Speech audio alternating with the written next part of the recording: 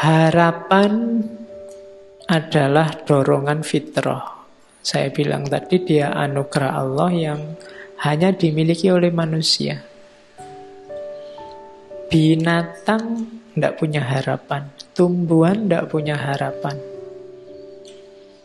Bebek itu tidak punya cita-cita, besok aku kalau besar pengen jadi bebek yang berguna bagi nusa bangsa, tidak ada.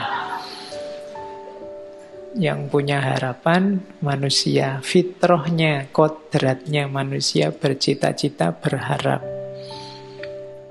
Yang kedua, harapan lahir karena kebutuhan. Ini boleh kembali ke Abraham Maslow, saya ambil contohnya itu. Karena kita ingin survive, karena kita ingin aman, karena kita ingin mencintai atau dicintai, kebutuhan untuk status, kebutuhan aktualisasi diri. Dari sini kan muncul harapan-harapan. Jadi harusnya secara fitrah manusia itu berharap. Jadi manusia itu, kalau bahasanya komputer, itu program yang kompatibel untuk hidupnya manusia itu adalah program harapan, bukan program keputusasaan. Kalau kamu menginstal keputusasaan, harusnya crash dengan hidupmu.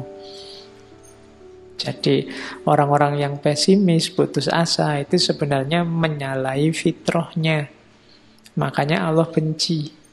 Disebutnya kafir atau kufur.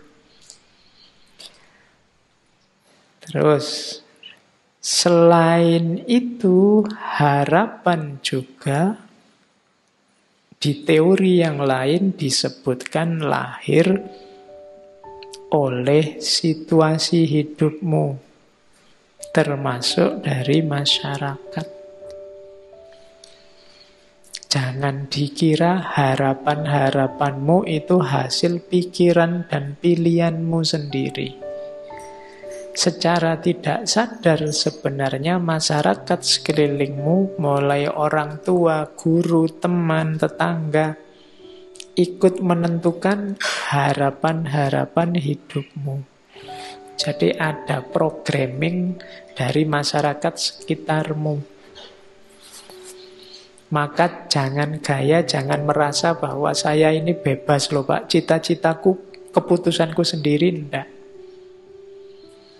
Di situ ada ilustrasinya, biasanya anaknya pedagang itu ya mentalnya dagang dan cepet. Kalau disuruh berharap untuk dagang, anaknya guru juga begitu, anaknya pemikir juga begitu, biasanya. Jadi cita-cita, harapan itu mix antara fitrah individu, kebutuhan masing-masing orang, plus programming dari masyarakatnya. Jadi teori ini mau bilang bahwa setiap orang harus sadar sebenarnya kebebasan mutlak untuk manusia itu tidak ada. Kamu yang merasa bebas sebenarnya tidak bebas juga. Masyarakatmu pasti mempengaruhi ekspektasi dan harapanmu. Bukan keinginanmu sendiri. Ketidaksadaran ini nanti sering membuat orang jadi patah hati, stres, depresi, konflik.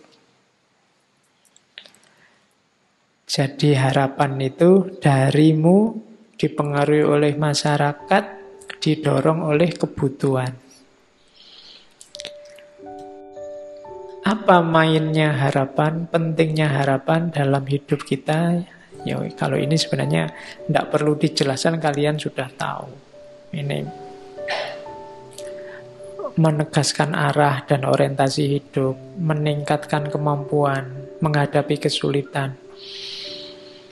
Itu ada saya kutipkan sebuah quotes dari biksu Thich Nhat Hanh, dari ini biksu Zen Buddhisme dari Vietnam. Dia punya torekot kalau bahasa Islamnya ya. Dia punya order of interbeing. Jadi kita kan selama ini interreligius, interrelasi, dia punya order of interbeing. Jadi tidak cuma sesama manusia, sesama makhluk, tapi saling berhubungan dengan segala yang ada. Katanya Thich Nhat Hanh, hope is important. Harapan itu penting sebab dia akan membuat momen saat ini tidak terlalu sulit untuk ditanggung.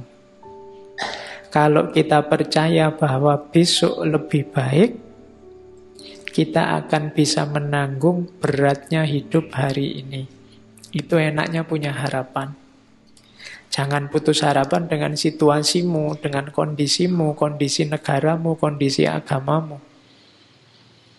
Ketika kamu tidak putus harapan, seberat apapun yang kamu tanggung hari ini, rasanya akan ringan. Kenapa? Tenang aja, besok enak kalau harapan kita terpenuhi. Kalau tidak terpenuhi, berharap lagi. Selama kamu masih punya harapan, masih enak. Hidupmu kiamat kalau kamu sudah tidak punya harapan. Jadi, tanggunglah kesulitan hari ini dengan harapan. Jadi solusinya gampang. Kamu tidak punya uang, nggak apa-apa sumpek sekarang. Bayangkan besok ini puasanya, besok kamu kaya raya. Itu kan kamu lebih enteng nanggungnya sekarang. Kamu jomblo sekarang tidak apa-apa. Bayangkan besok dapat yang terbaik, Nah itu kan kamu jadi enteng. Pakai teori yang orang bilang biasanya kalau pacari gonta-ganti dapatnya yang jelek. Aku kan tidak punya pacar, mesti intuke sing apik misalnya. Jadi berharap tidak membuatmu jatuh. Tidak ada yang bisa mengalahkanmu selama kamu masih punya harapan. Kok kamu kuliahmu tidak lulus-lulus? Tidak apa-apa, saya masih berharap tidak ter-DO. Kok kamu ter-DO? Tidak apa-apa, saya masih berharap masa depanku bagus karena ijazah dan gelar itu tidak segalanya. Kan gitu. Kok iya. Kok kamu susah di karirmu karena tidak punya ijazah? Tidak apa-apa. Karir itu kan cuma satu aspek dalam hidup, masih banyak aspek yang lain. Loh kan itu enak. Selama kamu masih punya harapan, masih punya jangkauan ke depan yang kamu impikan kan tidak masalah. Kamu mau kerja apa? Ijazah tidak punya, keterampilan tidak punya, ya gampang nyari istri yang kaya aja misalnya. Masih ada harapan. Jadi perannya kunci harapan itu. Itu yang terakhir ada quotes dari Henry Nouwen. Henry Nouwen itu pastor Katolik dari Belanda. All great spiritual leaders in history were people of hope. Semua tokoh pemimpin spiritual dalam sejarah adalah figur-figur penuh harapan. Tidak ada tokoh spiritual yang putus asa. Ibrahim, Abraham, Moses, Musa, nabi-nabi tidak ada yang putus asa. Ruth itu neneknya, kalau itu sebenarnya tokoh dari Bible. Tokoh perempuan, neneknya Nabi Daud. Yang nanti ada silsilah juga sama Yesus. Maria, Yesus, Rumi, Gandhi, Dorothy Day, semuanya menjanjikan. Orang-orang yang penuh harapan. Live with a promise in their heart. Mereka meyakini suksesnya di masa depan, janji-janji di masa depan. Itulah yang membimbing mereka menuju masa depan. Jadi, masa depan itu penting, maka hidupkanlah dengan harapan. Nah, cuma ini tadi kan yang positif-positif. Ada teori lagi, sebenarnya harapan itu sifatnya paradok. Harapan itu sumber kehidupan, cuma hati-hati. kadang-kadang dia juga sumber kehancuran. Kenapa? Mungkin di sesi ngaji apa saya pernah bilang, hanya orang yang berharap yang bisa kecewa. Ya kan? Hanya orang-orang yang berkeinginan yang bisa gagal. Jadi itu paradoksnya harapan. Jadi paradok itu sifat yang bertentangan, makanya kamu mengelolanya harus hati-hati. Harapan bisa membawamu pada kebahagiaan, tapi bisa juga sebaliknya menghancurkanmu. Kalau kamu tidak hati-hati merancang harapan. Jadi jangan sampai senjata yang sakti yang namanya harapan itu berbalik membunuh dirimu sendiri karena kamu tidak pintar mengelolanya. Itulah sifat paradoksnya harapan.